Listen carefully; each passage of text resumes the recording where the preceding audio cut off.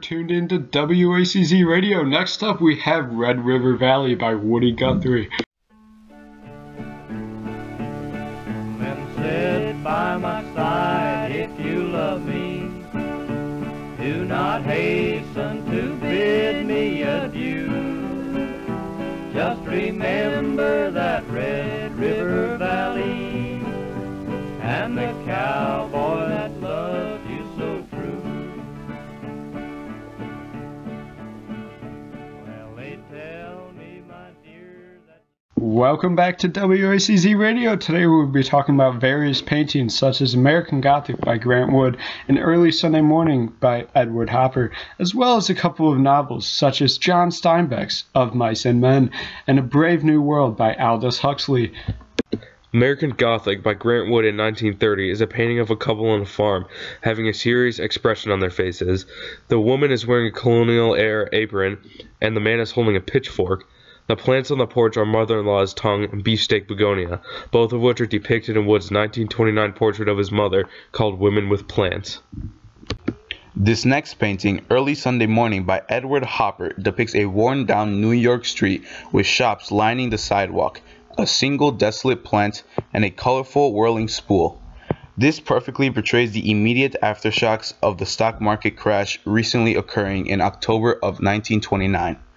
And now for an announcement from our sponsors. This show is sponsored by Quaker Cornflakes. Quaker, delightfully toasted, deliciously flavored. Quaker Cornflakes. And now we're back with a couple of novels for you from John Steinbeck and Aldous Huxley. John Steinbeck's Of Mice and Men is about two displaced ranch workers, George Milton and Lenny Small, who move from place to place in California looking for new jobs during this current depression. This book can be related to by a great many of us in these hard times. It is based on Steinbeck's own experience as a Bindle staff in the 1920s. In the book, George is an intelligent but uneducated man, and Lenny, a big strong man but mentally disabled, have a dream to, as soon as they have enough money, settle down on their own land. Lenny's dream is to pet and tend to rabbits, as he loves small soft animals, but usually ends up accidentally killing them due to his strength. He constantly has George retell his dream in detail. They fled from weed after Lenny had touched a girl's dress and wouldn't let go, leading to a cry of rape. The rest of the book is about their own experience working on a farm, and is a very good book. And now, a word from our sponsors. Are you ever hungry yet tired of all the same old boiled food? Well, suffer no more. Try Stevenson Chicken Soup. Eat it any time, breakfast, lunch, or dinner. Stevenson, the anytime meal. And welcome back to WACZ Radio. This next novel, A Brave New World by Aldous Huxley, is set in London 2540 AD, in which developments in reproductive technology, sleep learning, psychological manipulation, and classical conditioning have combined to change society. It was inspired by utopian novels such as H.G. Wells' A Modern Utopia in 1905 and Men Like Gods in 1923.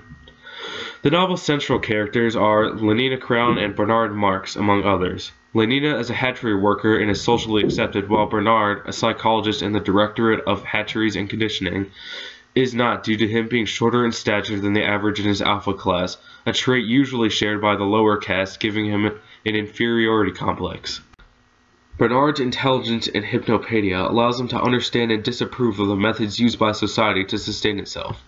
The title of the book, interestingly enough, derives from the Miranda speech in William Shakespeare's The Tempest, Act 5, Scene 1, quoted, "O wonder, how many goodly creatures are there? How beauteous mankind is, O brave new world that has such people in't."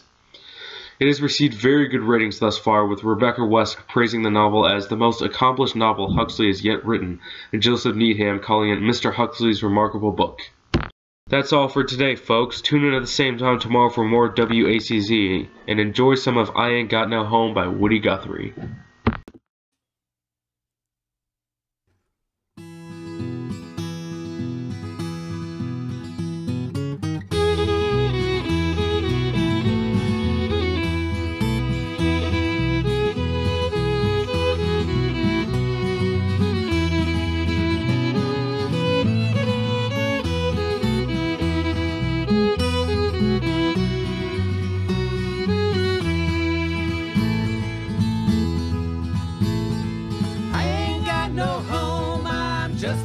tumbling round.